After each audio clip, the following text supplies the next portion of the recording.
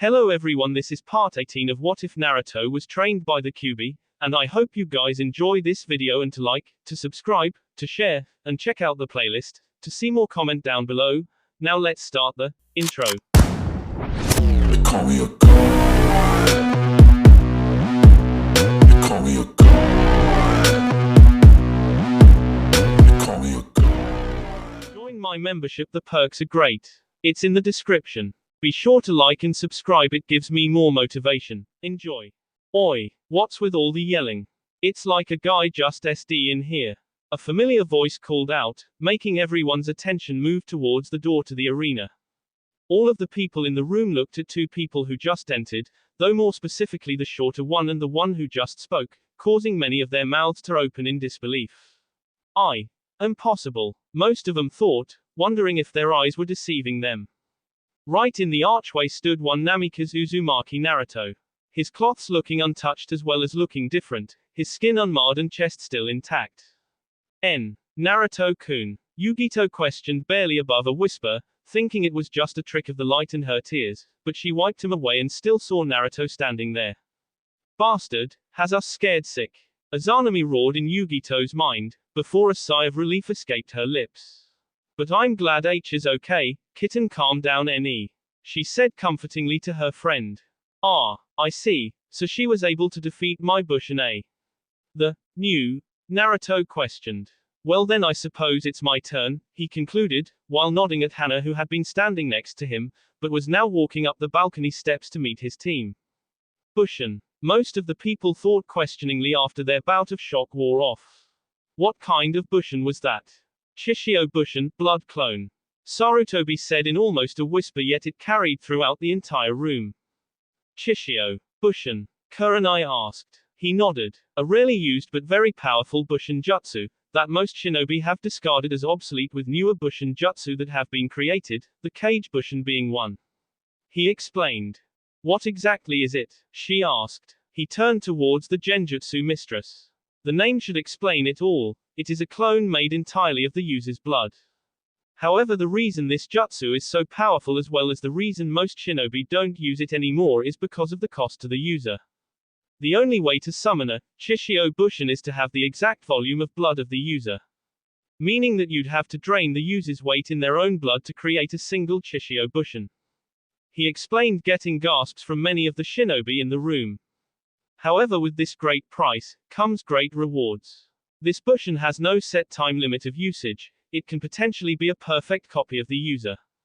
Making it great for spying, or escaping. And the final thing about the Shishio Bushin when summoned is that it's gifted with a third of the user's chakra without actually taking chakra from the user themselves. So it can also be a great offensive jutsu if the user has enough chakra, because the Bushin is just like a normal person, it can bleed and take damage and can only be dispelled when ked, or told to. He finished, as Naruto had finally reached the center of the arena and standing in the blood puddle of his clone. I was fighting a Bushin, this entire time. Kasumi yelled in her head. That took me a long time to create, you know. Naruto said offhandedly. But he did his job, I suppose. You look like he put you through the ringer a few times before you finished him. Naruto finished, tilting his head to the side childishly. Kasumi snorted at his jab on her current look, before smirking and put a hand on her hip. True, that was a fairly impressive jutsu of yours. She started, making him smirk. However, as you can see, you lost. I was able to beat him. Did I now? He questioned, in a mocking tone. Last I checked, a Bushin is just a Bushin. A shinobi's weapon. Just because you break a weapon doesn't mean the wielder is defeated. It would be the same concept if Valios, who I'm going to have a little chat with later after what I saw him do to Kiba before I healed him, defeated only a Kamaru. Would that mean that Kiba lost the match? No. Meaning that our battle is still going on, you just simply earned the right to fight the real me now. He explained. Proctor? Kasumi questioned, looking at the Junin expectantly. He is right, a Bushin jutsu, no matter the type, is simply that, a jutsu. Defeating a shinobi's Bushin means nothing if the shinobi can still fight. He answered, making Kasumi glare at him. There you go, Naruto retorted, while nonchalantly tapping his sandals on the floor in a bored fashion. She turned her glare to Naruto. Very well, But you have me at a great disadvantage. Is an almighty demon really going to fight me when I've already used over half of my chakra? She taunted, hoping to bait him into allowing her to rest, or at the very least buy her some time to do so. Naruto lifted his head towards the ceiling, and scratched his chin in an exaggerated thinking pose. Technically there is no disadvantage, you fought against my jutsu and expunged most of your chakra in doing so. That really isn't any fault of mine now that I'm ready to fight. However, he started, before turning to gaze Kushina, who was looking at him with almost unrestrained hatred. Quote, I'm not going to have Kushina, nor anyone else use your weakened state as a shield against me when I annihilate you in front of them. Quote. He continued, his own gaze growing cold as he continued to looking at Kushina, before spinning his face away and looking towards the Hokage. Oi Tsunade, he yelled, getting quizzical looks from most of the people thinking he was nuts, since the blonde Sannin hadn't been spotted in Konoha for many years. Drop that genjutsu and get down here to heal her. I want her at top form for when I crush her. He practically ordered, continuing to stare in Sarutobi's direction. Everyone followed his line of sight to the Hokage, and were astonished that a few moments later, a distortion on the wall to the left of him began and soon revealed a very attractive and busty blonde woman recognized as who Naruto said it was. Tsunade the Slug Princess. Not only that, but another moment later yet another distortion occurred to the Hokage's right, which soon revealed the aged form of the final Sannin. Jiraiya the Toad Hermit. Not bad, Naruto, so you were able to pick us up even when using one of my best genjutsu ne. Those 6 years must have been intense. The rugged but amused voice of Jiraiya called out with a smile. Naruto snorted. Don't address me with such familiarity, Jiraiya. And I didn't ask for you, I called Tsunade. You can go back to your damned books. Naruto barked, his cold gleam and tone making the hermit frown. So he knows. The two Sannin thought lamentingly at the implications. Naruto. I can explain. Tsunade began, her voice laced with worry and guilt, making the Orzens look on confused. Naruto merely growled. Enough. That conversation can wait. Now heal her. He ordered, interrupting the Slug Princess's attempt to speak, only making the Orzens look on even more confused than before about his connection to 2 of the 3 legendary Sannin. Tsunade frowned, but nodded, knowing nothing else could be solved until they were finally able to speak to him. Preferably alone. She shunted next to Kasumi and began to heal her wounds. After a few minutes Kasumi looked refreshed, but everyone knew differently. Her chakra was still less than half. Tsunade was about to go back to her original spot, but Naruto's glare stopped her in her tracks. She sighed and grabbed a pill from her pocket, handing it to Kasumi, who swallowed it quickly, almost instantaneously feeling her chakra refill to max. With her job done, she walked over in the direction of Naruto, and when she stood next to him, she chanced to glance at him before frowning once more. Gomen Naruto, gomenasai, she whispered so only Naruto could hear, though a select few others picked up on it. Naruto simply snorted in both annoyance at the turn of events and appreciation for her help, before she shunted back to her sensei, knowing he would not speak to her. Feeling better, are we? Naruto asked. Hi. Though I never would have fitted you as an honorable demon. Especially with your track record, you must have gotten that from all the brave and honorable Konoha shinobi you've eaten. She mused viciously. Naru-kun, Natsumi's voice reverberated in his mind, her tone sounding like she had just been beaten to within an inch of her live with that verbal jab, touching a very shameful and sad subject with the demoness. It's okay, Natsu-chan. He cooed reassuringly, sending a mental picture of him holding her in a warm, protective, and possessive way, hoping it would help. Arigato Naru-kun, she answered back, her tone slightly warmer than it had just been after seeing the image, though still holding shame. Of course, Natsu-chan, just watch the show. I promise you'll love it, he said, trying to cheer her up. I hope he SS her to shreds. Azanami's voice hissed out, as her container chanced a glance at Natsumi and put a supportive hand on the frowning girl's shoulder. No witty comeback. Kasumi taunted after not getting a response from him, feeling rather confident, she ked him once after all, surely she could do it again. Konoha, honorable. I suppose that's in the eye of the beholder, Kasumi. Because I see nothing honorable nor good about this village. It's better off burning to the ground save for a select few. He retorted, his gaze looking directly at the floor, his bangs covering his eyes. His barb caused Kakashi, the two Sannin and Hokage to flinch at his callousness towards his native soil, while the rest of the Leaf Junin narrowed their eyes at him. Some of foreign shinobi smirked at the boy's barb towards his own home, especially the Sound Junin present who had a smirk on his face so wide you'd think it'd S in half. Kasumi herself was about to retort to his statement, but the moment her mouth opened, the entire room was flooded with ki, making the words S in her T as if they themselves were afraid that if they came out they really would S. Those least affected stared in shock at the ki Naruto was splaying throughout the room, making them realizing that this was higher than a normal genin could ever produce, much higher. So this what he is capable of, most of the Junin thought, finally getting the answer to their long-standing question. You haven't seen anything yet. Natsumi whispered under her breath, her gaze going from that of shame and sadness to one of happiness and love. He really wasn't kidding. I think I'm going to enjoy this a lot, she thought, a small sadistic smile on her lips as she watched Naruto in fascination. Kasumi just stood there, her feet planted firmly on the ground, while panting with her legs visibly shaking from the pressure of Naruto's ki. Why can't I move? She mentally shouted to herself. Another minute passed before out of nowhere the ki pressure simply stopped altogether, allowing the affected people to breathe normally again, and Kasumi to move. She shook off the feeling of the ki pressing down on her, before looking back to Naruto, and what she saw made her as well as everyone else but Natsumi look in complete surprise and wonder. Naruto's body from head to foot was completely surrounded by a faint blue aura of chakra. Not only that, but the aura itself created what could only be described as dragon wings which protruded out of the aura from Naruto's back. The wings, while everyone knew were only made of pure chakra, flapped and stretched as if they were the real thing. After the wings seemed to stretch, they went into a stationary position behind his back, which was when Naruto finally looked up towards Kasumi, who in that moment took an unconscious step back. What kind of jutsu is that?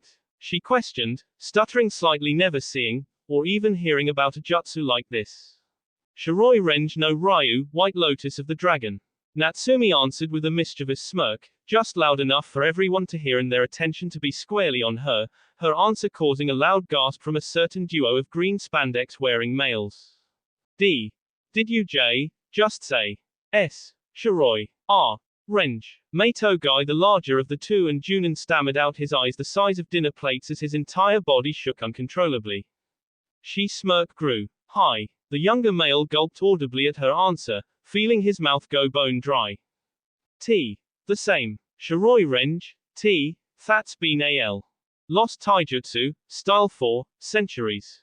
The same, Shiroi Renge, that has been acclaimed to be the slyest and strongest taijutsu style in the world.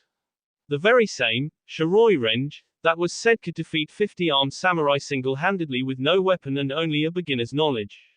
Rock Lee. Mato Guy's literal mirror imaged asked in utter shock and almost unrestrained excitement at possibly seeing such an ancient and powerful taijutsu style. She nodded. Hi. The one and only. Although Naru-kun's isn't the same, his is his own original style. He simply used the written principles of the style and the basics of it as his foundation, and wanted to honor its teachings by using its name in his own. He built his Shiroi Renge no Ryu all on his own, and it's more powerful than the normal Shiroi Renge of which you speak. But don't take my word for it, watch and see for yourselves. She explained, her voice growing almost giddy in anticipation. Oi, Natsu-chan, you revealed too much. You know we don't want anyone knowing more than what they should about our jutsu. Naruto's voice called out from the arena in a pseudo-scolding tone. Gomen Naru-kun. She called back with a pout and whine. But it's just exciting to see you finally use it in a fight. She chirped, making many of the people sweat drop at her excitement of him using a supposedly death-dealing style. Just don't do it again or I'll have to punish you, he scolded with a hint of lust. If you really wanted me to not tell anyone, you shouldn't threaten me with punishment, Naru-kun, her voice cooing back, heavy with a playful lust. Sorry for the wait, Kasumi. Naruto said, his attention now completely on his opponent. Shall we begin? He offered, his wings stretching out to the sides completely. I guess I'll just have to clip those wings, she retorted after getting over her shock and into her clan's battle stance, and making a motion with her hand. Come. she ordered, seeing a sadistic leer come across Naruto's lips before he disappeared from sight. Hey AI, fast, Kasumi and the rest of the onlookers thought, looking frantically for the blonde boy. You'd be horrible at hide and seek, you know. Naruto's voice called out mockingly from above them, causing them to all look up to see him standing upside down looking at Kasumi. Then it's a good thing this isn't some kind of game, she countered, trying to hold back the dryness of her tea of not being able to see nor sense him until just then. Just what did Naruto learn in those 6 years? Kakashi thought, his visible eye gazing erratically at the blonde. He was too fast for me to even follow, he might even be too fast for the Sharingan to follow. He contemplated before taking his left hand out of his pocket and grabbed his headband. Kakashi was about to lift to release his dojutsu, until he suddenly felt a gust of wind against him and a pressure on the metal part of his headband. His visible eye focused quickly after being forced to close from the wind, to see Naruto now crouching on the railing on front of him, with a stern look on his face. Kakashi, I didn't spend all those years perfecting my Shiroi Renji no Ryu, just to have someone steal it with little more than a glance. Naruto began before pressing the kunai that was on Kakashi's headband deeper, actually making it crack slightly. So keep that accursed eye covered unless you wish to lose yet another one. He barked, his now emotionless tone leaving no room for discussion. Kakashi only nodded in understanding and released his headband, putting his hand back in his pocket. Seeing this, Naruto removed the kunai from the headband and disappeared once more. Kakashi's gaze grew slightly curious. If that was his warning to Me, I wonder what his reaction would have been had Sasuke been here for his match. The silver-haired man thought, shaking off the slight fear he had, until he noticed that where Naruto had just crouched on the railing was now inwardly dented. What the? Gomen Kasumi, but I dislike people who want strength but don't want to work for it. Naruto apologized, appearing once again in front of her. His speed, it's ungodly, she thought, looking at her brother, wondering just how powerful Kyuubi really became after possessing it. The same thought was running through many of the onlookers' minds, especially when they noticed the indented railing Naruto had been crouching on and now the pair of craters his feet were in when he returned to the arena floor. Shinpo, impact step. Natsumi once again answered the question that everyone's expression silently asked, making everyone now look at her expectantly. Naruto, however, shot his mate a half-assed glare, but seeing her pout with excitement dancing in her eyes, he sighed in defeat and give her a slight nod to continue. She grinned happily at his consent. It's not really a jutsu. More of an after effect, when Naru-kun uses Shiroi Renji no Ryu. His speed is so great that when the jutsu is activated, the very ground he steps on can't handle the stress and literally buckles from the pressure. Which in turn causes the surface to collapse, making a crater. He just decided to give this effect a name. She explained with a satisfied smirk, seeming to almost inhale the intoxicating smell of shock and fear from those around her. That's enough, Natsu-chan, Naruto said seriously, getting a complying nod from her. Quote. Kasumi, I've kept you waiting long enough, prepare yourself, he offered, his wings stretching out once again, making Kasumi go down into her clan's taijutsu style once more. Naruto disappeared before small craters began to appear in a line coming towards Kasumi. Her eyes widened, and on instinct alone crossed her arms across her front defensively. The next thing everyone saw was Kasumi flying through the air before hitting the far wall, making an indentation in it, while Naruto stood a foot across from where she had just been standing. Tsuyoi, strong, Kasumi thought, as she spit up a mouthful of blood from the unseen punch he delivered to her stomach. Gravity finally took hold of Kasumi and began to peel her off the wall, before falling to her knee, breathing heavily, wiping away the excess blood from her mouth. She stood up on shaky legs, and looked at her opponent, who looked as if he was testing out his limbs with kicks and punches like they were brand new. She dared a glance at her mother, but when their eyes met she froze.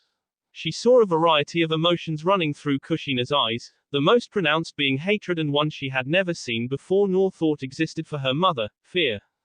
The hatred she could understand. Here was her firstborn, taken over by a demon, who was now beating her only daughter.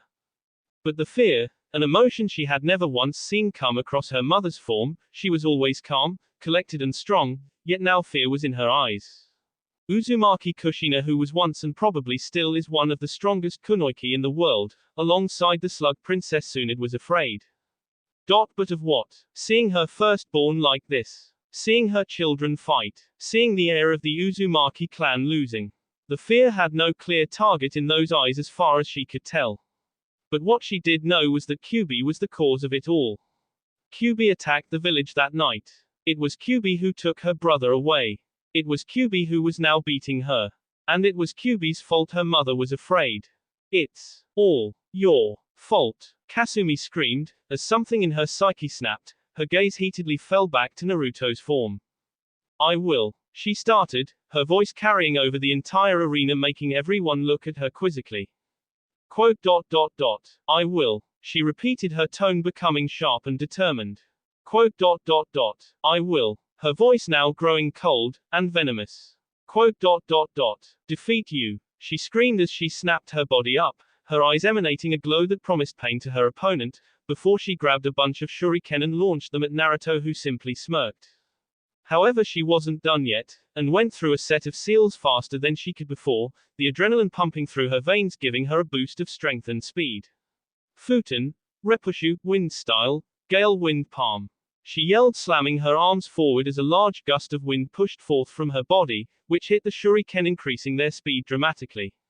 Naruto noticed this and cursed under his breath before he disappeared from sight, dodging the projectiles, with only the impacts of the ground allowing his movements to be followed by a majority of the onlookers. Naruto had dodged the last shuriken with little trouble, but noticed Kasumi wasn't where she had just been. He looked for her before he smelled her blood, which was dashing at him from behind. He quickly turned and grabbed the descending wrist that had Zenu in it, tightly making the young girl groan in pain before she was forced to let go.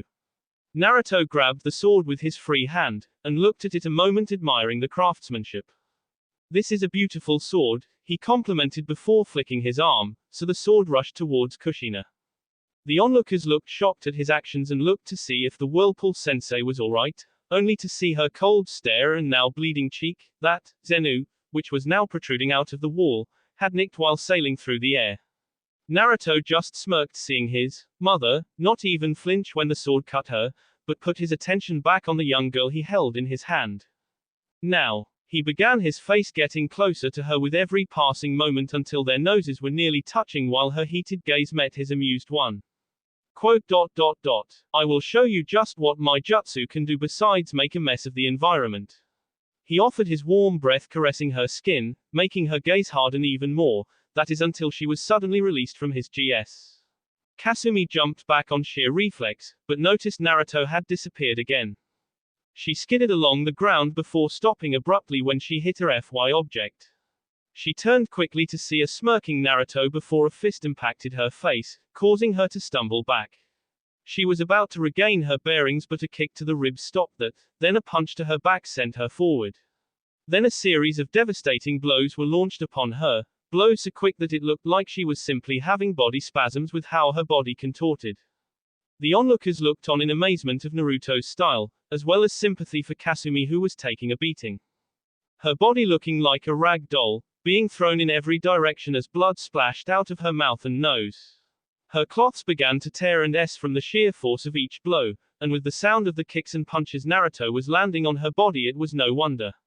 Naruto himself hadn't been seen since he started the onslaught. The only evidence he even still was the continuous indents swirling all around the ground near the Uzumaki RSA. Unbelievable. Nearly everyone watching this fight thought, their jaws threatening to fall open at just what they were witnessing a Genin doing. Kami-sama. I never could have imagined a style of combat like this. It's no wonder why Shiroi Renji was hailed at the strongest style to ever exist, if what we are witnessing now was taken from only the basics of that style. Sarutobi thought, looking on in astonishment, barely able to see blurs of purple swirling around Kasumi. Getting old does tend to dull the senses. Kyuubi, you truly are a monster. You could have ended this already, and yet you are taking great pleasure in humiliating the Uzumaki clan and beating a now defenseless young girl. Kushina thought angrily, her hands grasping the now dislodged Zenu so tightly her knuckles became white. Kasumi herself could only take the brutal beating she was receiving, but as suddenly as it came, it ended. Her body almost continuing to move in erratic directions formed the muscle memory of it happening. Her breathing was haggard, and her body was scratched, bruised, and bleeding. The moment she opened her eyes, they widened as much as they could. Not an inch away from her face was Naruto's aura-encased hand, seeming ready to literally knock her head off her shoulders. But she also noticed that his fist was trembling, as if he was battling with himself on whether to finish her off or not. With that thought in mind, she chanced a glance at his face. What she saw surprised her even more. His face wasn't one of an ecstatic demon enjoying the punishment it was giving it. His eyes didn't gleam with unrestrained pleasure from causing pain nor blood to spill like a normal demon would. Naruto had a rather stoic expression on his face in actuality, but she noticed something. It was barely visible, but there was a faint frown on his lips. His eyes as well didn't show any kind of happy emotion, but they rather looked annoyed, and slightly sad. Well, it was fun while it lasted, Natsumi thought, with a satisfied smile on her face. Quote, I'm glad you stopped, Naru-kun, even if as an Uzumaki she didn't deserve death because of Kushina's brainwashing. She concluded, her eyes belying her concern as she watched the inner turmoil of her mate. Everyone else just looked on in bewilderment, wondering just what would happen next. Though none of them expected what did happen next. Naruto, still in his attacking position, just sighed loudly, and got out of the stance, before turning away from Kasumi and began to walk away. Proctor, call the match. There isn't much she can do to me in the state she is in. Naruto's cold voice cut through the thick tension like a knife, making some of the Orzents groan that such a good match had to end, while others sighed in relief that it had finally concluded. Hi, he answered before starting to walking to the middle of the thrashed arena floor. Winner. Matt, wait. A haggard voice called out, interrupting the proctor, the tone clearly in pain. Everyone looked at the owner of the voice, to find it belonged to the heavily breathing Kasumi, who was holding her left arm partially covering a rather painful-looking bruise she received from one of Naruto's kicks. Matt. Kyuubi. She ordered again, her voice coming back slightly more determined, and she took a shaky step forward. Naruto quirked a brow. You can barely stand, this match is over. Naruto stated bluntly, turning back, before hearing her speak again, making him stop in his tracks. Nays, why? She questioned, taking yet another step forward. Why did you stop? Was it because you think I'm weak since I'm only mortal? That I can't take you on? That I can't defeat you? Or that I'm a girl? Why? Tell me, demon. Why did you stop your attack and spare my life when I know deep down in your soul you wanted to continue on and K me? She asked, though with her tone it was expressed more as a demand than anything. Naruto turned his torso and head slightly to now face her, before a shadow of a smile crept onto his lips. Because I didn't, nor did I ever want to K you, Kasumi. Quote. He said softly, before turning his head towards his open hands. Perhaps I am a demon, of sorts. He said almost sagely, before turning his gaze towards his mother. But I'm not the Kyuubi. He finished his voice, now strong and unwavering but dark, before he turned once again and began to walk away. I only wished to utterly and completely defeat you, Uzumaki Kasumi, so that your Kar-san could see just what she had truly had given up when she abandoned her first Sochi to this village. He said almost offhandedly. Why? Why do you tease my family so? Kasumi questioned inside her own mind, as confusing, hateful, and sad tears inched their way to the corners of her eyes, as she watched Naruto's back. Why? You took my Oni-sama away. How can you not be a demon after doing something so despicable? She continued, as her tears turned fully into rage. Naruto was in deep thought, as he walked away, the match already finished with, until he heard a cry from behind him. He turned to see Kasumi flying through midair towards him, but what surprised him as well as several Konoha Junin, though most especially Jiraiya, was the humongous Rasengan in her hands. Kushina, you taught her that, after I expressly told you to not teach it until you retired as clan head. Jiraiya screamed, sending a shocked glance at the now smirking clan head who just continued to watch the fight. She needed the edge, Jiraiya-san. Why should she learn it later, when it can serve her best now of all times? Kushina questioned, her smirk never leaving her lips. You have fallen so far, Kushina. Minato must be rolling in his grave. Though I suppose I'm really no better, am I, Naruto? Jiraiya thought lamentingly before looking back to the arena. Give me back my Onii-sama. Kasumi screamed, her tears flying off her face from the wind billowing around her, her voice almost pleading. Chuudama Rasengan, ultra big ball spiraling sphere. She yelled. Naruto's eyes narrowed at the large jutsu in her hands. Damn. I guess I'll have to use one of my more powerful jutsu.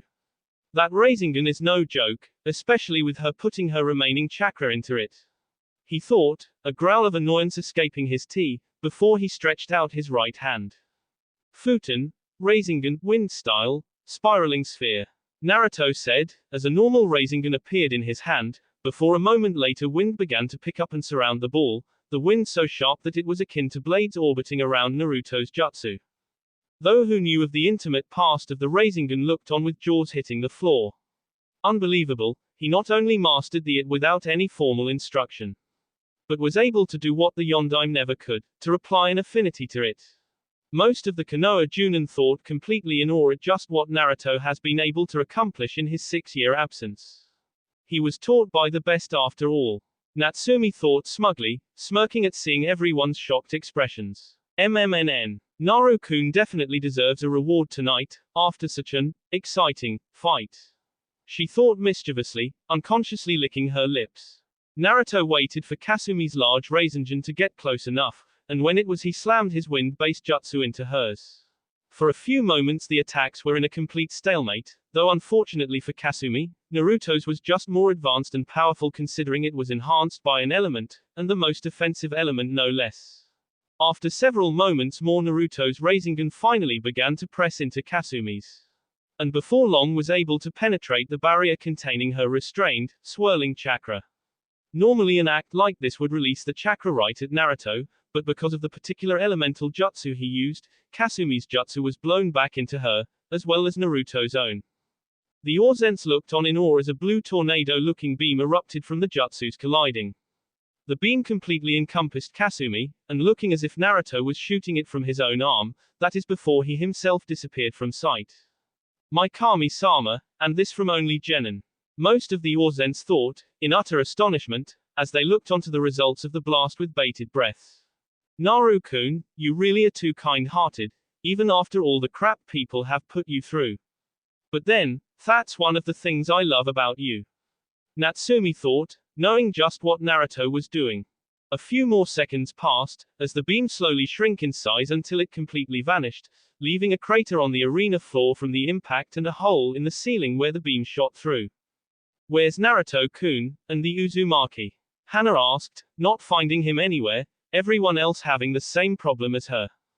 Medic. Naruto's voice called out, making everyone turn their heads towards the entrance to the arena, where the medics would enter from. Kami-sama. Yugito gasped out loud, at seeing Naruto, as everyone else just grimaced at what he looked like.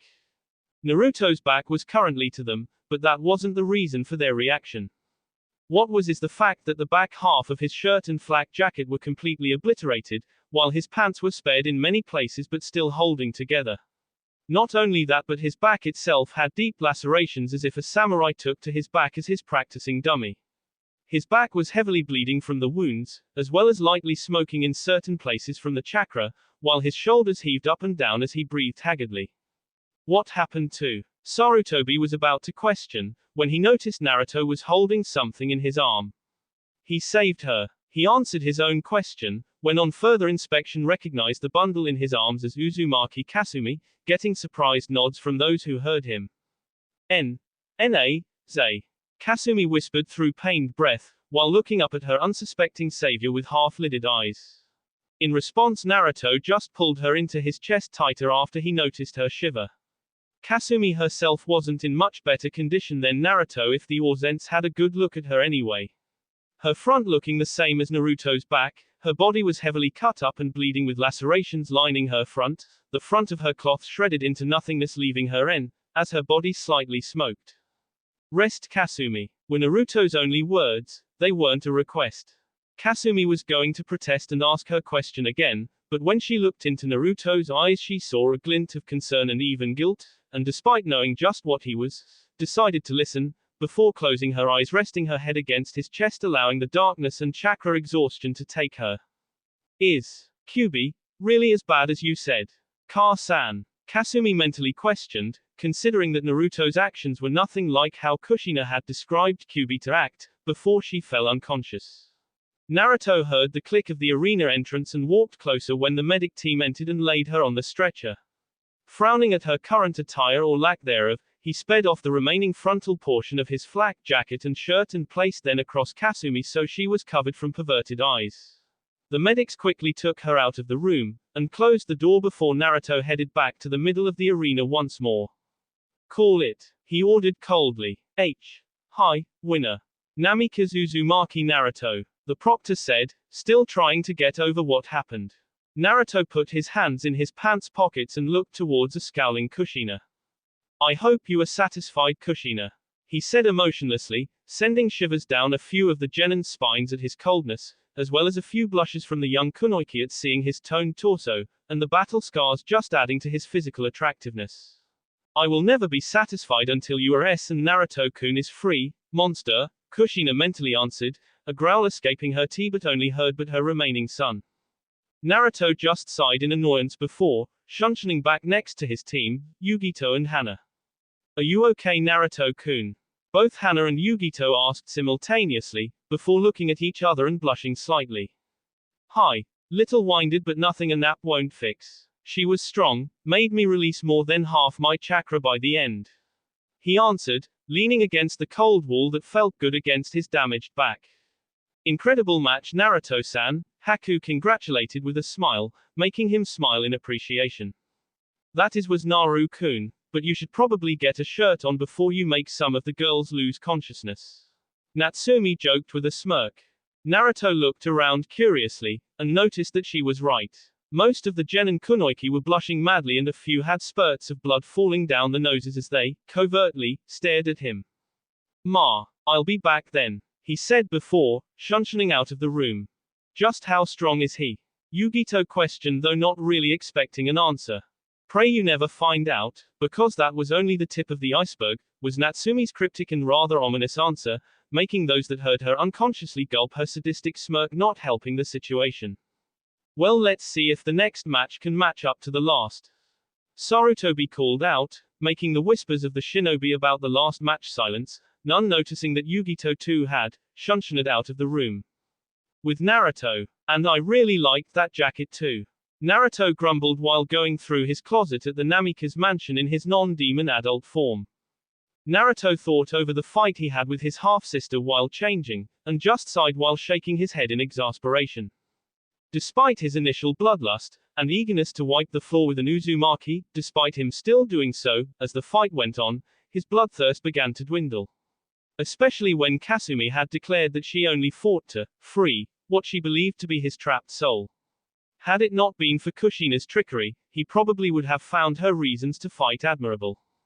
Although he still hated the clan for what it put him through, he couldn't quite shake the nagging feeling that Kasumi, Kyoshiro, and even Valios, despite his attitude, were really only fighting him because Kushina brainwashed them into thinking his soul could only be saved by King Kyuubi's body. If he had still held any sort of love for that clan, he might have even considered trying to talk with his steep siblings and possibly get him to realize the truth about him. Unfortunately, it was too late for such sentimentalities. Both the Uzumaki and he broke ties long ago, and that is how it would stay. You trained your own children to me, and you call me a monster, Kushina. He whispered while getting his sandals, before leaving the mansion. Naruto was heading towards the gate in his child form when he noticed someone leaning on the gates, their back to him. Though he could easily tell who it was, a blonde ponytail that long was a giveaway. Yugito-chan, he questioned, making the woman slightly jerk at hearing at her name before turning around. Naruto tilted his head wondering why she was here, while closing the gates behind him and activating the compound's defenses. Any Yugito-chan, what's WRO? He began to question before a hard slap to his face stopped him. Naruto held his now reddening face in surprise at her actions, and quickly looked back at her for an explanation, but was surprised at what he saw. Tears were flowing down Yugito's face, her expression one of both sadness and happiness at the same time. Yugito. He began again to once more stop when said woman lunged at him, wrapping her arms around his back and embracing him like he was some sort of lifeline for her. Quote. Yugito-chan. He questioned, now worried at her actions, finding the hug awkward since he was now shorter than her. Gumenen, Naruto kun, she hiccuped against his hair. Considering that Naruto had no idea what the matter was, he did the only thing he could do, wraps his own arms around the waist of the emotionally woman and let her cry against him, while trying to be as supportive as he could be. Eventually she calmed, though hiccups still appeared once in a while. They released each other with Naruto tilting his head to the side on obvious confusion while Yugito only stared at her feet. Barker, she whispered. Ano, what did I do? He asked before he looked up to face him, tear stains on her cheeks. Why? USD, right in front of me. She explained, tears threatening to fall once more once she finally said the words out loud. Her answer hit him like a ton of bricks, his eyes widening in realization. I really am a Barker to not have thought that seeing my Chishio Bushin get destroyed and just how it did would affect those I'm close to that didn't know. Especially Yugito-chan, who just found someone she could relate to on such an intimate level. I imagine Hana-chan would have reacted like this had she not been with Kiba at the time. Natsu-chan as well, if she hadn't already figured out that it was a clone fighting and not really me at the time. He reasoned in his mind, his expression growing soft, sympathetic, and guilty. Naruto took a cautious step towards Yugito, not wanting to upset her more, and slowly raised his hand to cup her wet and warm cheek reassuringly, her gaze looking anywhere but Naruto at the moment. Gomenasai Yugito-chan, he whispered apologetically, swiping his thumb across her cheek to wipe away her tears. Hearing this, her gaze went back to his, and softened when she saw the apologetic expression on his face. Gomenasai, he repeated, switching his hands to wipe the tears on her other cheek away, though this time noticed that the woman had slightly begun to nuzzle into his hand, making him smile softly. He took his hand away after a minute, leaving her to wipe the tears around her eyes and sniffle before her face took on a mock angry expression. You better be Naruto-kun, cause if you had really SD after we just became friends I'd have Izanami-chan bring you back so I could KU myself. She warned, her tone sounding deathly serious, but he could tell she just didn't want to seem so emotionally weak, even after crying the way she did. Hi, I'll remember that, Yugito-chan. He responded, making them both lightly smile. We should get back to the exams. I'm sure they are getting too relaxed with only one Jinchuriki to worry about NE. He joked, making her smirk sadistically, and nod in approval before they both jumped to the nearest roof and towards the forest of death. Exam tower. The pair made it back to the tower with little problem, and once more traversed the winding hallways heading back to the arena.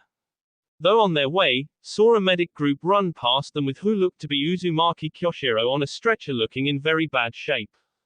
His clothes were completely shredded and bluest, his right arm was twisted in a way that just wasn't humanly possible and yet was. His left hand was clutching his right eye, as blood spurted through the gapes of his fingers and down his face, his expression one of unabashed pain, agony and horror of unimaginable levels.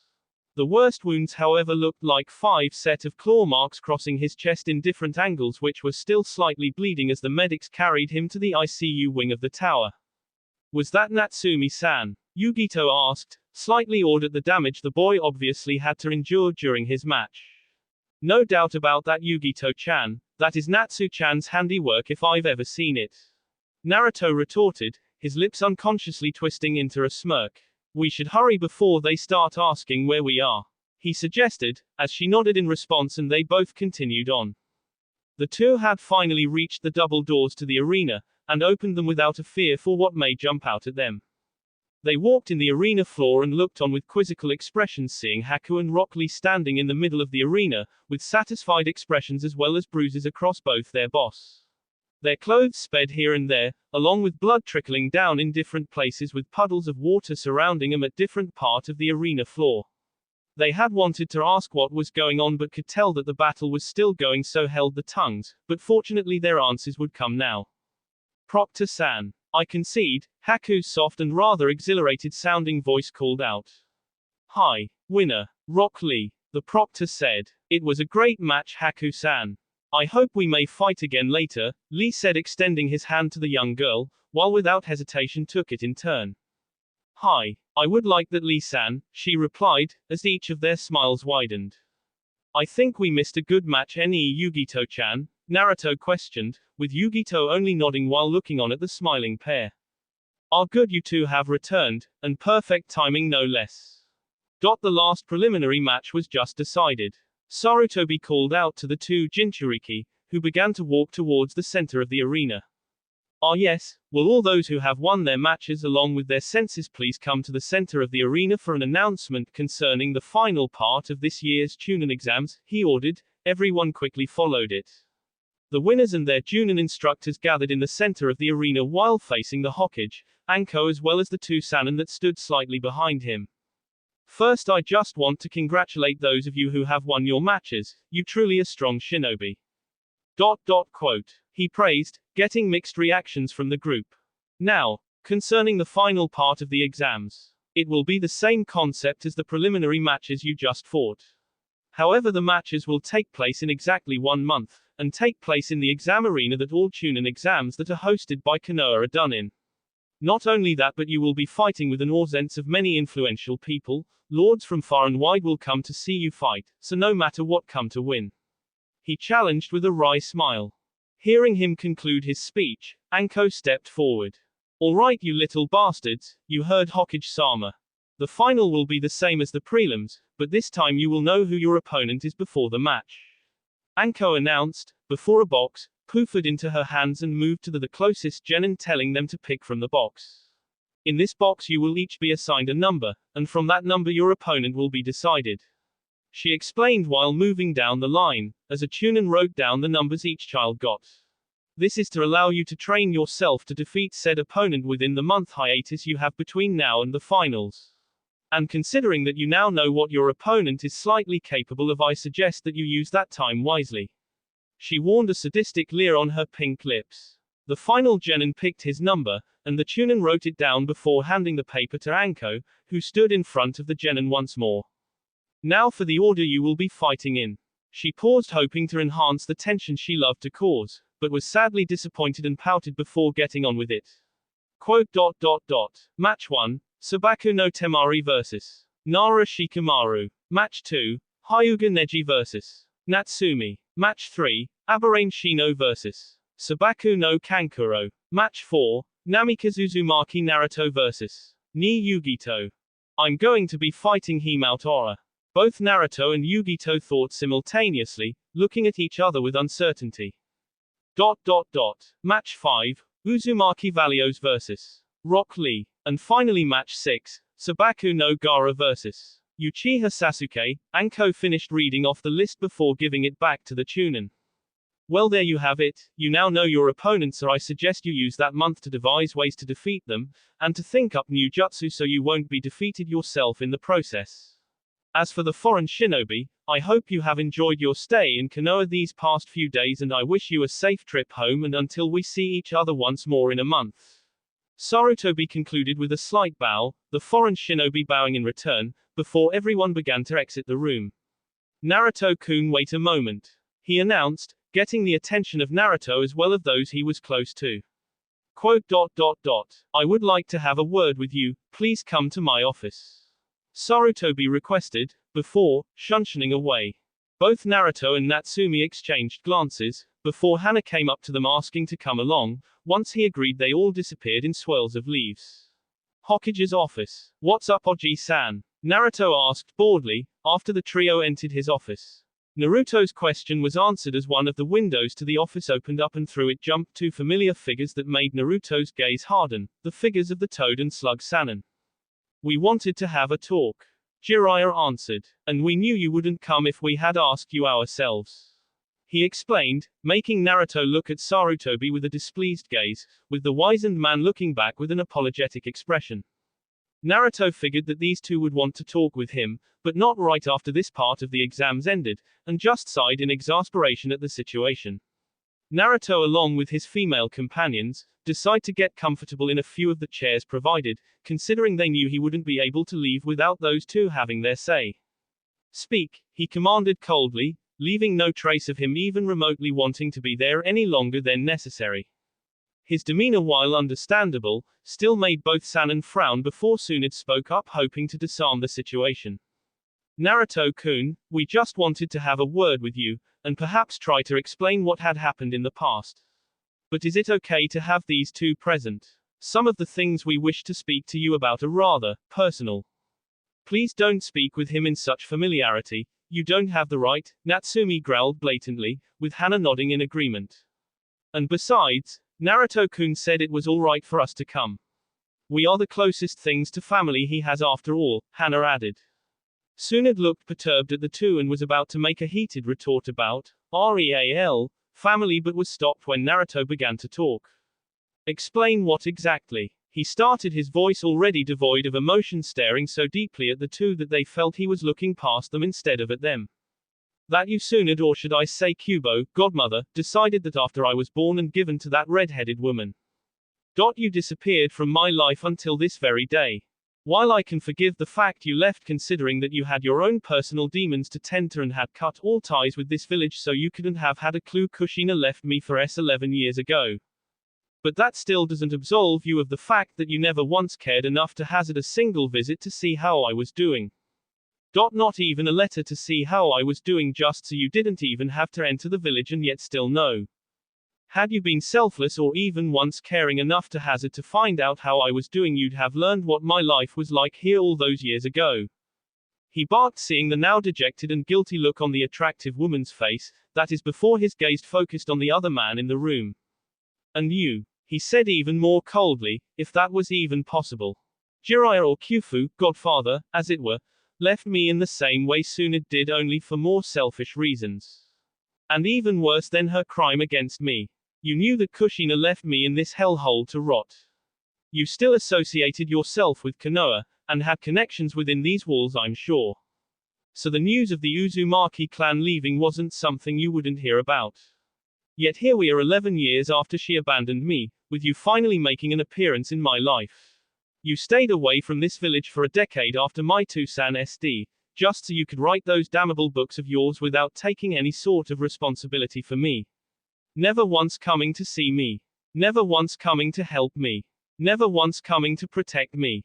Never once doing anything. He roared the last words, sounding like they were coming from a true demon.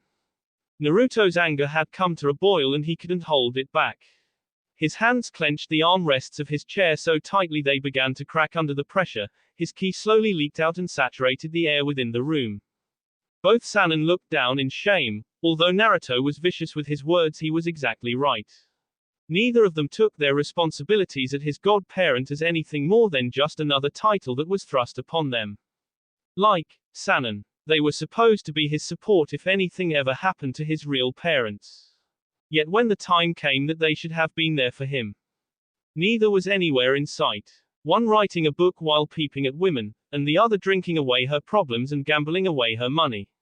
Much to Naruto's annoyance, considering the fact he was furious at the two standing before him, both Hana and Natsumi each grabbed a hand and squeezed it, trying to calm him down, and succeeded.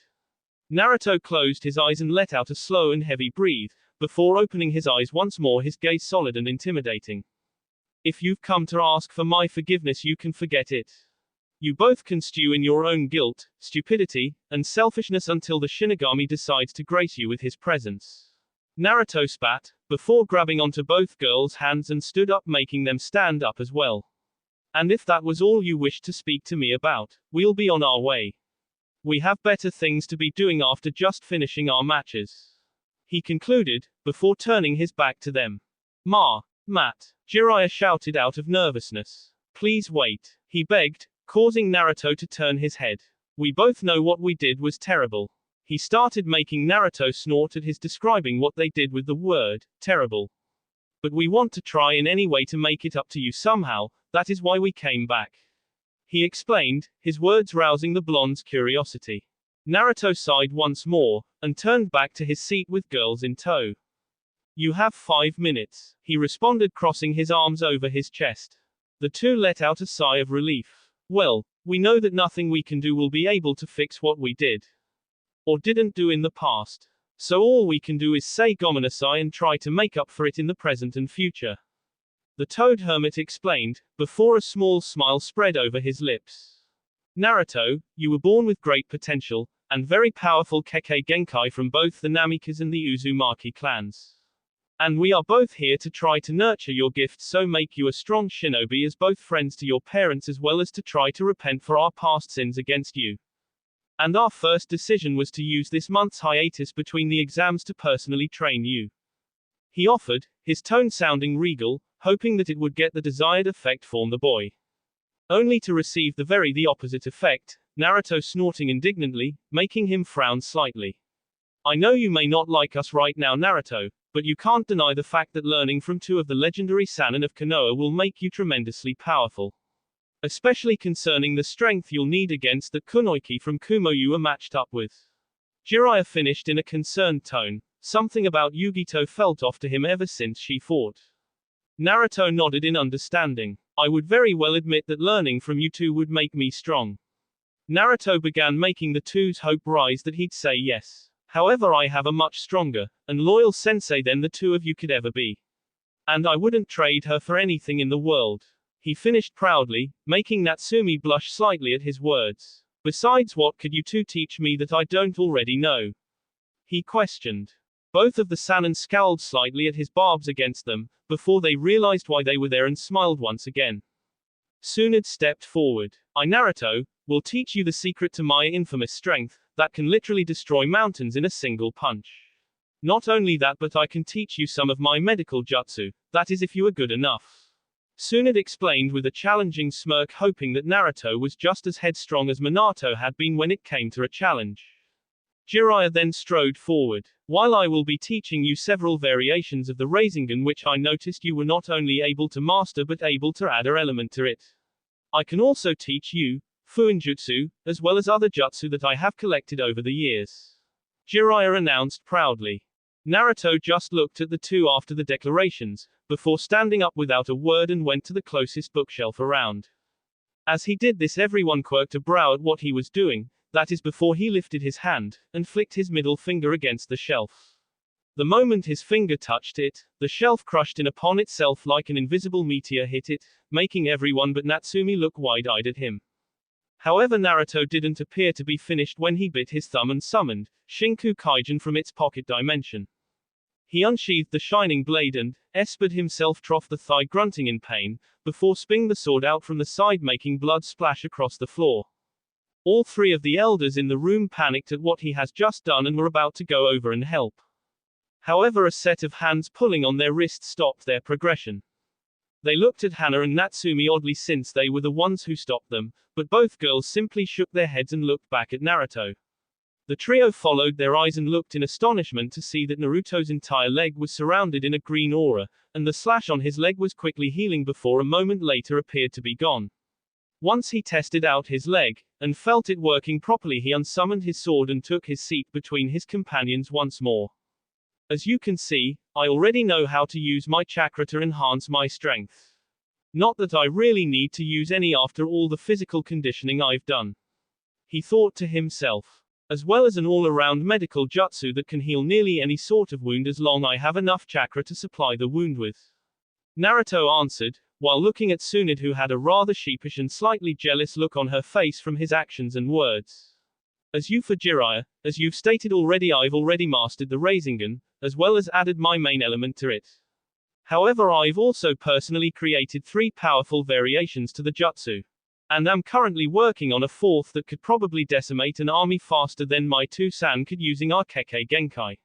You've just witnessed me summoning a sword, so you have an idea of my skills in Fuinjutsu, even if that is only the tip of the iceberg on my knowledge of the subject. He said, making the aged Sannin gulp loudly.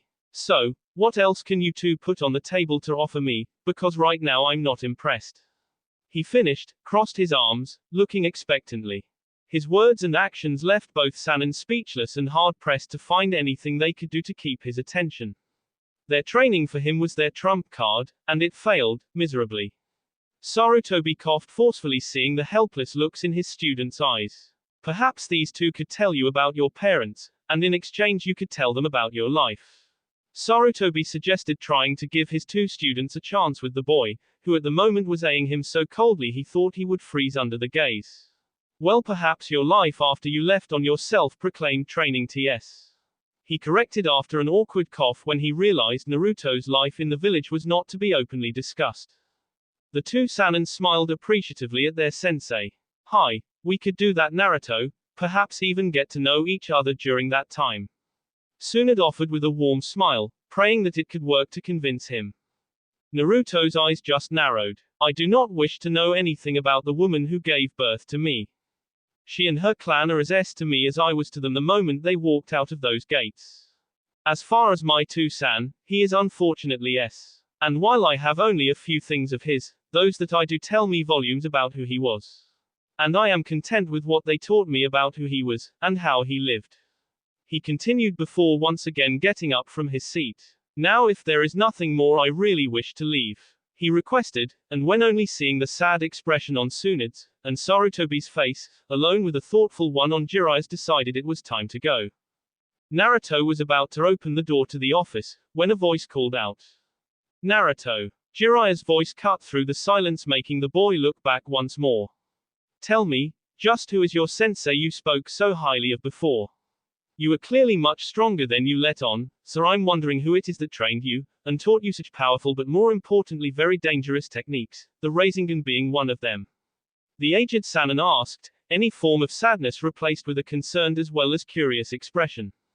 His question made all three teens smirk, before Naruto tilted his head slightly so he could see Sarutobi. Oji-san, you didn't tell them yet? Naruto asked, making both Tsunade and Jiraiya look at him then their sensei oddly. He shook his head. I didn't have time, they both arrived only today. And even worse, after the survival test already began. The Hokage answered, making the three smirk even larger. Naruto closed the door before going through a set of seals, and slammed his hands to the floor. Onopo, Otofugan Shoheki no Jutsu, Demon Art, Sound Silence Barrier Technique, he called out before a pulse of blue surrounded the room. After he finished the jutsu, both Naruto and Natsumi were surrounded in smoke, before it dissipated and showed them in their true forms. To their credit of being experienced shinobi, both of the Sannin only arched an eyebrow at the now demonic pair. Care to explain? Jiraiya asked, getting a bad feeling in the pit of his stomach. The pair shrugged. Not really, but I'll tell you what Oji-san knows already. Naruto quipped back. First off, Natsu-chan here was my sensei after I left Konoha. The other thing is that she is the Kyuubi no Kitsune. Unfortunately this time, the Sannin didn't react well and in a second were only inches from striking Natsumi's face. Jiraiya's Rasengan shining in the sunlight, while Tsunade's fist hummed with unseen chakra. Now the reason why they had stopped their attack wasn't out of any rational thought to let someone explain the situation. They stopped because of the two beautiful and sly katanas that were now pressing dangerously against their TS. The Sannin looked down to see an emotionless-looking Naruto stare up at him from his crouching position, the grip of his swords unwavering, waiting for any movement towards his mate. Attack her again and your lives are forfeit, Sannin or not. No one will threaten the life of someone who is so important to me and life. This is your one and only warning. Naruto's declaration was cold and straight to the point. Kami-sama, she's turned him into a weapon, the Sannin thought, before backing off but keeping an eye on the smirking vixen. Sarutobi-sensei, why are you allowing this to occur? It's painfully obvious that the Kyuubi is using Naruto as both a shield and sword against Konoha. Jiraiya questioned. His sensei just shook his head. You do not know all the facts, Jiraiya-kun, so I'm afraid your reaction, while understandable because of the past, is quite false at present time. And while I do not know every intimate detail between these two while they were gone, I believe their story about not wishing this village harm, unless harm is done to them by the village first. They have provided vital information about upcoming events, that disprove any intention on their behalf to harm Konoha, he reassured. But Kyuubi tried to destroy the village. Tsunade countered. Listen to Oji-san, you are both out of your element and over your heads, and unless he wishes to tell you more about the situation it would be best to leave such outbursts in your head. Naruto warned, both his katanas already gone from his hands. Tsunade frowned. Sensei, can you tell us what exactly is going on here? Being here and out of the loop is costing us preciously. She questioned, getting a nod from the aged leader. I'll leave you three to it then, but I suggest you listen well to his words. And I will expect you to apologize to Natsu-chan when you know the truth. Naruto warned before the demons reverted back to their child forms. Onoji-san, only tell them what they absolutely need to know. They haven't earned any right to know me as I am. He ordered, his tone leaving no room for discussion, as well as promising an excruciating punishment if he disobeyed. Hi. They will know what is needed, Naruto-kun. Arigato. I'll see you later, Oji-san. Naruto bid farewell with a small smile and wave, before he and his girls left. We really screwed up, didn't we, sensei? Tsunade said, her expression one of sadness, not even being able to look at him in the eyes. Sarutobi let out a puff of smoke from his pipe. What you both did, or lack thereof, to Naruto cut him deeper than you could ever imagine. Especially after the betrayal of his mother and clan, only to later learn about your relations to him. You both will be lucky if he even acknowledges you in the future, unless you can think of something to give him as an olive branch. He answered before sighing, and took a drag from his pipe. Now you both better take a seat and listen carefully, this is very important. He suggested, letting his students grab seats before sighing, and beginning the story that Naruto had told him when he first returned. Konoha streets. Well, that was annoying, Natsumi sighed, her arms wrapped around Naruto's right, enjoying his warmth, but also to comfort him from his obvious displeasure at the meeting. That it was, Natsu-chan, but arigato to you both. He said before a small smile graced his lips, which made the girl's still tensed boss relax. If you didn't grab me, I was quite tempted to punch them out of the building. He explained, as they laughed at the images of him doing so racing through their minds, that is until their emotions were quickly reeled in and stopped walking. What do you want, Kakashi? I was hoping to take my companions out to celebrate on our victory, and I don't want shadows following me the entire time. Naruto's happy tone now replaced with slight irritation. Gomen gomen. Kakashi's voice called out before he appeared in a plum of smoke. And I was only following you because I wanted to have a little talk with you in private, Naruto. He explained. Naruto turned around to face the silver-haired Junin, and noticed that Kakashi's usual nonchalant demeanor was completely gone, which only meant that whatever he wanted to speak with him about was serious. Very well. Natsu-chan, Hana-chan, give me a moment, this will not take long. Naruto stated, giving them both a small smile before walking with Kakashi around the corner of a building. Do you think we should have gone with him? Hana questioned. Natsumi shook her head. No. If it's anything important, Naru-kun will tell us. She answered before taking a seat on a nearby bench and admired the nature that surrounded the area. With Naruto and Kakashi, what was so important that it couldn't wait another day, Kakashi? Naruto asked, irritation lacing his words. Naruto, although I am still trying to gain your trust after what I did, we are both still shinobi of Konoha, so I expect you to show some respect as your superior. Kakashi scolded the boy half-heartedly. You still didn't answer my question, Naruto responded, shrugging his shoulders. Kakashi sighed at his subordinate's attitude, but reeled in his annoyance to get to the point of this conversation. Naruto, you know of Sasuke's opponent, correct? He questioned, getting a bored nod. Then you know how powerful and obviously ruthless he is, and that is who Sasuke is facing in the finals. And your point, Kakashi. I think fighting Gaara would be good for the Uchiha. It'll bump him down a few pegs from the high horse he rides, thanks to the village, I'm sure. Naruto retorted, not seeing where this was going. Kakashi frowned, though you couldn't really tell. While I admit Sasuke can be snobbish at times, having to fight such a person in the finals is taking it a bit far just to teach him a lesson. He countered, before sighing after seeing Naruto yawn at his words. Naruto, I saw your match as well as Gaara's. And with Gaara's-san to protect him from almost every attack from nearly any angle, I'm not sure if Sasuke will survive the encounter, let alone win, even with a month to train his Kekkei Jiniki and Reikiri. That is unless. He paused, and noticed the tiniest amount of curiosity rise from the blonde. That is unless he uses Shiroi Renge no Ryu. Kakashi spanned. Naruto looked at Kakashi for a moment before the curious glint he had dissolved into calculated coldness. Just what exactly are you implying by that, Kakashi? Naruto asked, his tone denoting no emotion, and yet his eyes told the Junin to pick his next words carefully. What I am saying, Naruto, is that because of how Unslay, Subaku no Gaara is while fighting, I want you to come with me and Sasuke to train for the month hiatus. And while I teach both of you what I can, I want you to show him that taijutsu style so he can copy it with his Sharingan and use it in his fight against Gaara. With the abilities of your style, Sasuke's natural SK, Kekkei Genkai and Reikiri, not only will his chances of survival increase dramatically, but his chances of winning the match will as well. He explained.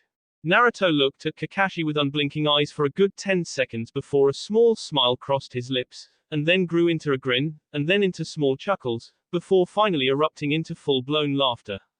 You laugh, want me to laugh, show the Uchiha laugh, one of my original jutsu laugh, just so he can copy it, without even taking the time to laugh, learn it. Naruto questioned between fits of laughter. Kakashi's visible eye hardened slightly. I don't see what is so funny, Naruto. Without the added edge of that taijutsu style, Sasuke could potentially S in that match. Kakashi answered. Naruto's laughter stopped immediately and his expression went back to nothingness. Before speaking again, this rapid change rather surprised and freaked the Junin out slightly. First off, Kakashi, I stopped you from watching my match with your Sharingan for that exact reason. I abhor cheaters and that is all the Sharingan is to me. You steal in a second what other shinobi, both enemy and ally alike, dedicate years of their lives to create. It truly sickens me to no end. Don't think I don't know where Sasuke learned that Shushi Renden of his. The Kekkei Genkai of the Uchiha spit in the face of every hard-working shinobi who has ever walked the earth. So as for Sasuke stealing my style just to win his match, I say let him create his own and win on his own merits, because he will not win by using mine. Naruto answered coldly. Naruto, you are young, sir. I realize you don't know all the lessons that are learned in the life of a shinobi. One of the most important being, to use any means by which you can to become stronger, complete the mission, and protect the village. Kakashi retorted in a sage-like tone, which made Naruto snort in disgust. What is that? A principle set up by shinobi themselves so they don't have to feel guilty about doing things so immoral and dishonorable that they'd sooner S out their own hearts than have to think about them for more than 5 minutes. That's cute, Kakashi, but all it is another scapegoat, and a crutch for shinobi who are too weak-willed to live like a proper shinobi, but more importantly, human being. You throw away your honor and morals for what? Power. That is completely pathetic. A shinobi should always hold their honor and morals above everything besides saving another's life. In some sick way I'm glad Itachi ked his clan. If I could I'd shake his hand for ridding the world of such abhorrences to the profession and species. Naruto retorted cynically. Kakashi's eye widened before narrowing dangerously. Naruto, you crossed the line with that statement. He scolded, anger leaking out of his words slightly. And I will not debate the ethical and moral standings of shinobi with you. Now I didn't want to do this, but I'm going to have to order you as your Junin sensei to accompany myself and Sasuke and at some point show him your jutsu. Do you understand? Hi, I understand, Kakashi sensei. He lied. However, you don't seem to understand that even if you order me to, I will not show the Uchiha my jutsu I've spent years working on. If he wants to win so badly, let him work for his victory, not use my blood and sweat to do so. Naruto barked back before turning around looking to get ready to leave. Naruto, if you do not listen to me, I will go to Hokage-sama about this. This could be considered insubordination. Kakashi threatened, when seeing Naruto walking away. Go ahead, you'll be presently surprised at Oji-san's answer though, oh, and Kakashi. Naruto answered before turning, his gaze now colder than a glacier's peak. You just blew your only shot at finding redemption. He finished in a tone of finality before turning and rounded the corner of the building. Did I really do the right thing in trying to force Naruto into this? Kakashi thought somberly, knowing from the very beginning he might have been threatening his one shot at Naruto ever trusting him. Quote, ... I can only hope that Sasuke survives, or what I just threw away was all for nothing. He concluded before shunshing to the Hokage Tower to have a talk with the aged leader about what just happened. With Hana and Natsumi, the girls were just relaxing on the bench watching the clouds, when a pair of small hands covered both their eyes. Back already, Naru-kun? Natsumi questioned, easily recognizing the feel and shape of Naruto's hands. You're supposed to guess who? He pouted, not that they saw it. But hi, I'm back, he answered, removing his hands. The girls stood up, heard a puff of a dispelling cage bushin, and waited for Naruto to walk between them before they headed off. Natsumi wasn't planning on asking Naruto what went on since if he didn't mention it outright wasn't important. But as they walked she could sense that he was agitated about something and decided to ask him about it. Naru-kun, everything okay? You're all tense. Yeah, Naruto-kun, I didn't want to say anything but you do seem tense, Hana agreed. You two are too observant with me. He joked, but quickly sighed. Quote. Kakashi wanted me to go with him and Sasuke to train for the month's hiatus. He began getting raised brows as an answer. Really, he just wanted me to show Sasuke my Shiroi Renji no Ryu, so he could copy it with that damned Kekkei Genkai of his to increase his chances of winning against Gaara in the final matches. Both girls shuddered in both surprise and rage at the audacity of Kakashi to ask Naruto to give up his jutsu to the Uchiha like that. That's low of Kakashi to force on you, and to have the Uchiha just steal the jutsu without even learning it. I never liked that plan because of those eyes. Hana spat out in disgust of her fellow shinobi. Can't agree with you more on that one, Hana-chan. Though I have a feeling that the council was stringing Kakashi up like a puppet to try to get me to teach their last Uchiha some of my jutsu after they heard about my skills in the fight against Kasumi. Naruto reasoned, though even if Kakashi was coerced into asking out of making him, that didn't mean that Kakashi had to give in to the demands. As he mentioned before, honor should be upheld more than anything but a human life, which is why he took away his chance at redemption. Well, you did do a number on her, as well as the tower itself, Naru-kun, so it's natural that the clan heads that heard would be curious as well as manipulative into use your power for their own ends in some way, Natsumi agreed. But don't worry about Kakashi, there are bigger things to worry about. She paused before a devilish smirk creeped on her lips, making Naruto sweat slightly. Like just where you were planning on bringing us to celebrate. He tilted his head cutely to the side. What do you mean, Natsu-chan? Oh, don't think you're getting out of it. You told Kakashi you were taking us out, right, Hana? She explained with Hana nodding as well, her own smirk on her face. Well, Naruto stuttered before seeing the expressions the girls had and knew had have no chance. Pick wherever. He surrendered before the girls squealed like little kids, grabbed his wrists and dragged him to their new favorite little and quite expensive bistro. I should have used another excuse to get Kakashi to leave. Naruto lamented, tears threatening to fall down his face as he was dragged away.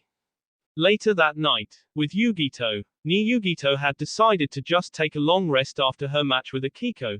Despite not using her demon's power, it still took a lot out of her to beat her friend. Yugito simply relaxed in her room, and took an especially long, and enjoyable bath which she had just recently finished. She just got out of the bathroom, wearing only a small white t-shirt that stopped above her midsection showing off her toned stomach, and a pair of black short shorts that accentuated her legs and shapely butt. She also had towel in her still dampened hair trying to dry it off, before heading to bed to get some well-needed rest before the trip back to Kumo. Are you planning on saying sayonara to Naruto-kun? Azanami questioned. And what would I say? In truth, Yugito had been thinking about that for a lot of the day. She had wanted to say bye to the man who single-handedly changed her life, but had no idea how to go about doing so. Well, you could invite him over here and surprise him by only wearing a tiny Azanami-chan. Yugito screamed in her mind. Is that all you really think about? I swear Natsumi-san was right. The young woman huffed, shaking her head disapprovingly. Perhaps, but that doesn't change the fact that there is a tiny voice other than me in your mind that is begging you to do something like that. The vixen countered, and smirked at seeing her container's cheeks light up. Luckily for Yugito, a reprieve came for her in the shape of a knock on the door to her room. Who could it be at this hour? She thought, throwing her towel on her bed. Who is it? Room service, a young man's voice called from the other side of the door, making Yugito have a confused look on her face before opening the door. But I didn't order room, sir. She began to explain before her words stopped at seeing a smiling Naruto standing before her in just simple going out clothes. Quote.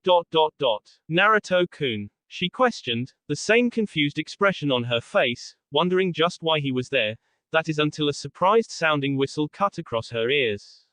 Geez, Yugito-chan, if I really had been room service I wouldn't even ask for a tip with what you opened the door wearing. His replied, a teasing smirk on his face. Yugito looked at him questioningly, before she looked down to see what he meant before it all came to her and she let out a low shriek before trying to cover herself, her face burning red in embarrassment. Kami-sama, out of anyone who had to see me in this. She groaned in her head, hearing snickers in the back of her mind. Oh please kitten, after your embarrassment is over you know you're going to be glad that Naruto-kun here was the only one to see you wearing that. Azanami reasoned, still chuckling at the poor woman's misfortune. Any Yugito-chan, despite the very nice view, I actually came here to speak with you before you left for Kumo, may I come inside? A few moments passed with Yugito just standing there until she realized what he said, beat down her embarrassment and turned around moving in the room, silently letting Naruto in who closed and locked the door so no prying eyes could listen in. Naruto turned to see Yugito walking away from him heading towards what looked to be the bathroom. Unfortunately with Natsumi's little teasing session before he got there still in his mind, he couldn't help but notice Yugito's rather sensuous butt bounce ever so slightly with every step, and although biting back the idea to tease the poor woman more couldn't help himself. Firmer than Natsu-chan's, and bigger than Hana-chan's. He whispered but purposely loud enough so she'd hear, but making it sound like he meant it only for himself. Yugito heard him clearly and fought back the urge to bring her hands back on top of her butt in a protective fashion, while the blush on her cheeks flared up once more. Oh yes, he will be a fun mate for you kitten. Azanami thought, while biting her trembling lips so her laughter couldn't be heard. Yugito quickly got to the bathroom and slammed the door shut, making Naruto chuckle good-naturedly, before he heard Yugito's voice from behind the door. Naruto-kun. Hi. I forgot a change of clothes before coming in here. She said, her voice oozing with embarrassment, making the two that heard her chuckle lightly. Hi. I'll let you trust me with my taste in cloths. He responded, moving to the dresser and opened the top shelf, only to have his eyebrows twitch with mischief, and a playfully sadistic smirk cross his lips. Kami-sama, I know I've teased her enough, but this is just too good to pass up. He thought before searching through the clothes, finding the perfect one.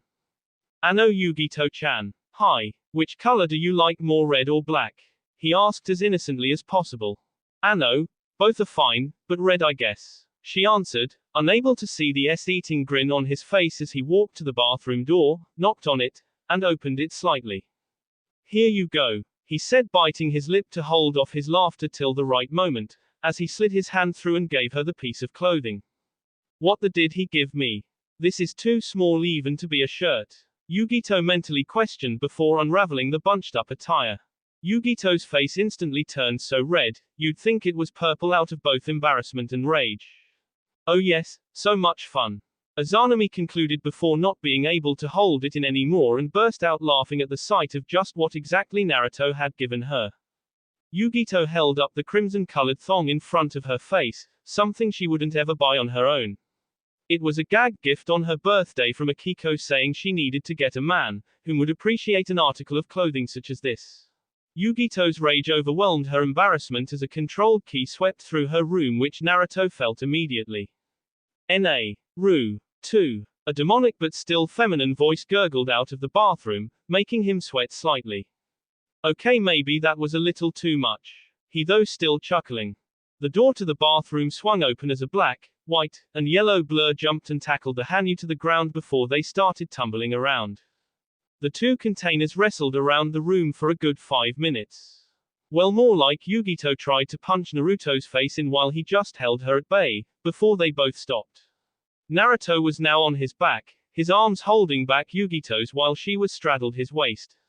The two were breathing slightly winded, as Yugito angered gaze bore into Naruto's playful one. Any Yugito-chan, you don't have to be so angry, he suggested, making her growl in response. Besides, if you were embarrassed with what I said, just imagine if someone walked in on us. He offered, letting the position they were now in sink in. Yugito quickly jumped off him and sat on the bed with a huff. You're an ass, you know, she hissed angrily, her cheeks still slightly red. He chuckled. Gomen, I was only teasing Yugito-chan, he apologized, before giving her what he had really picked out for her, a pair of sweatpants and a short-sleeve shirt. Arigato, she said, her voice still laced with anger but of more annoyance than anything, while she changed. What did you need to talk to me about anyway? She questioned. He took a seat next to her on the bed. It's about you going back to Kumo, and who you are. He started, his tone denoting that he was now serious. After what's happened in the exams today and you going back to Kumo. I'm afraid that things are only going to get more difficult for you. He explained. Yugito thought about his words, and in truth they were right on the money. She would most likely be blamed for Rei's defeat at the hands of Gaara, and severely punished if the Reikage was feeling especially angry that day. Yugito's gaze took on a forlorn look before turning her attention to the rug floor. Hi, you are probably right. Reikage-sama will not be happy about Rei's loss today. She agreed, before a small smile graced her lips when she felt Naruto's reassuring hand on top of hers. That's the reason I came here. Well, there were two more, but this one being the most important, he said, before releasing his grip on her hand and rattled through his shinobi pouch before drawing out a three-pronged kunai with green-colored tape around the handle. Quote, I want you to take this with you back to Kumo. It's a very special kunai. He explained before grabbing her hand and placed the kunai in it. Yugito looked at it strangely, turning it at all possible angles, seemingly to try to decipher what was so special about it. She had noticed a shiki, right, running along the middle blade, but couldn't understand it. After giving up, she looked at Naruto, her expression silently asking the question, only to see a smile cross his face. I'll give you a hint, my two-san, he said, his voice full of mirth, before his smile grew even larger when Yugito's eyes widened like dinner plates. Haration. She spoke almost unbelievingly. Hi, that was one of my two-san's original Haration kunai, and I want you to have it, he explained with warmth and reassurance. Yugito was shocked at Naruto's actions, and had no idea why he would do this. Why? She couldn't help but ask. Because, as I said, your life will only get harder from this point on. He began, before putting his hand on top of hers once more. And with only Akiko as your friend, things might become too much. So with this kunai in your possession, you will always have me at your beck and call for whatever you need. Someone spar with, someone to help you out, or if things get really bad, a shoulder to cry on, or just someone to talk to. He explained, his smile gentle and comforting. Now I expect you to not use this kunai for every little thing though. But when you are in a tough spot, simply lodge the kunai into something and I will be there in a flash, literally. After hearing his words, Yugito was completely thrown for a loop, and in truth was saddened at the fact that even though they had grown slightly close, and would even consider him a friend, she believed that once she left, Naruto would simply write her off, since they lived in two different villages and wouldn't see much of each other. And even if they had decided to keep in contact, she expected it to only maybe be through courier shinobi, but never something as intricate and infamous as the Haration. He really is amazing, she thought as tears formed at the sides of her eyes, but before they could fall, hugged him tightly, pressing her face into his chest. He smiled gently at her and wrapped an arm around her, hugging her back. You didn't think I'd just drop you as a friend because you're going back to Kumo, did you? He rhetorically knowingly. Arigato Naruto-kun, you really don't know how much this means to me. She said against his shirt. Not a problem, Yugito-chan. Besides, people like us have to look out for each other, he asked warmly, before Yugito's face rose, and although tears were falling down her face, a large smile was on her lips. Hi. He chuckled warmly at her happy response. Now no more crying. He scolded playfully, wiping away her tears the same way he had done back at the mansion. On to the next thing, he said, before the two released each other. I want you to know that I'm going to try to look for your Car-san during this month hiatus. He announced, getting a surprised look her. But I'm going to need your help. I can't have her be moved around from where she is currently being held at. So I need you to bear with it and do whatever it takes to keep the Reikage happy so he has no need to do anything with her, do you understand? Yugito frowned slightly at his proposition, especially at the fact she'd have to listen to that horrible man. However, if it helps with the release of her mother, she could bear with it. Hi. I understand, Naruto-kun, she replied with determination in her voice, making him smile. Good, and in return I will try my best to find and return her to you safely, he assured before standing up from the bed. Now you should probably get some rest, you have a long trip back to Kumo. He paused before taking a knee and giving her a friendly chaste kiss on the forehead. Have a good night, and I'll see you around, he questioned, getting an affirmative nod. One last thing though, he said, his tone deathly serious, with his expression only accentuating it. Quote. I was serious about that comment on your ass. He joked as a toothy grin crossed his face, and waved to her. Yeah. He disappeared in a swirl of purple flames. Pervert, she shouted half-heartedly, another blush on her cheeks and a happy smirk on her lips, while having a giant urge to throw something at the place where he was standing.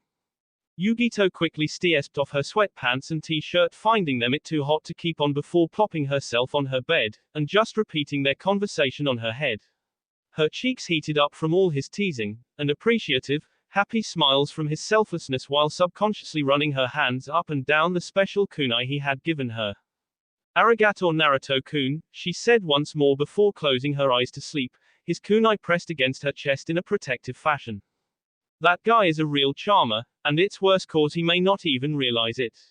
You're really starting to fall for him hard, kitten, so you better act up soon before he is snatched up by so many girls he won't know what to do with all of them. Azanami thought sagely. Namika's mansion. The demon pair continued their fun throughout the long hours of the night and early morning, never remembering to put up a silencing jutsu, which had forced an owl-eyed and tomato-red Haku to listen to the multitude of groans, grunts, screams and moos that escaped their bedroom. Whether she wanted to or not, no one in the Namika's mansion got much sleep that night. That will be all for this video. Be sure to like, subscribe, share, and comment down below for more videos. Goodbye.